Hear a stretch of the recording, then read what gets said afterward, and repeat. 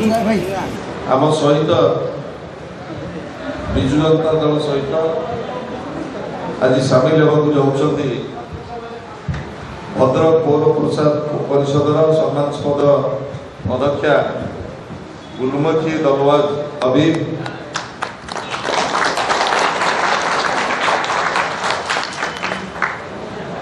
से जड़े दृढ़ संगठक केवल नुहति जड़े महिला मुस्लिम महिला जी भद्रक पौर परिषद रे स्वाधीन भाव विपुल जनमत पाई गला पौर परिषद निर्वाचन में अध्यक्ष भाव निर्वाचित होती आज से एवं तांकर टीम विजु जनता दल में सामिल हो मो दल तरफ हार्दिक शुभ अभिनंदन जनाऊँगी एवं धन्यवाद जनाऊँगी। गुलमुखी आमर दलवाज हबीब सहित Reshma Parveen councillor Sheikh Javed Habib ex councillor Ayub Khan ex councillor Sheikh उस्माल हक शेख खालिक गौरांग बेहरा नसरुद्दीन खान शेख गोलाम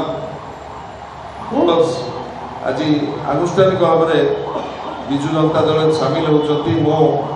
आपण समस्त जानिथिबे 2022 जेतेबेले आमे पौरपालिका इलेक्शन रे लढी इंडिपेंडेंटली तार कारण भी आपण समस्त जानि छथि किंतु सेतेबेले आपण आमे केबे भी बीजेडी दल को विरोध करू नथिलु कि नवीन पटनायक को केबे आमे विरोध करू नथिलु सेतेबेले हमर प्रत्येक बैनर रे विजु बाबूर फोटो आम रखीलु कहीं से आम समस्त आदर्श थे आज आज जेहेतु आम समस्ते जिते निष्पत्ति नहीं समस्त भद्रकवासी को एकत्रित करके निष्पत्ति नहीं आम इंडिपेंडेंटली फाइट करूँ आज जिते आम विजु जनता दल में पुणी थे मिशुचु से आम समस्त को डाकिकी परामर्श नहीं कि आम आज ये उपस्थित अच्छु समस्ते भी आम सहित एकत्रित अच्छा एकमत नहीं आम पुणी थे विजु जनता दल में मिशुचु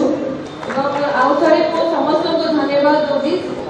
यहाँ सहित मुझे नवीन पट्टनायक सर को भी धन्यवाद दूसरी वीके पांड्यान सर और बबी भाई को भी बहुत बहुत धन्यवाद दूसरी जे से आम सहित आगक जी कार्य आमर बाकी रही कि आम जो द्रुत गति आगक बढ़ापी चेष्टा करूँ कोऑपरेशन रहा निश्चित भाव में आम समस्त एकत्रित होगी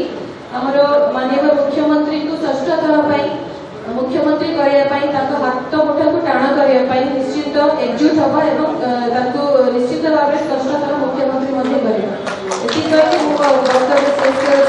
समस्त को धन्यवाद। जय हिंद, वंदे उत्कल जय।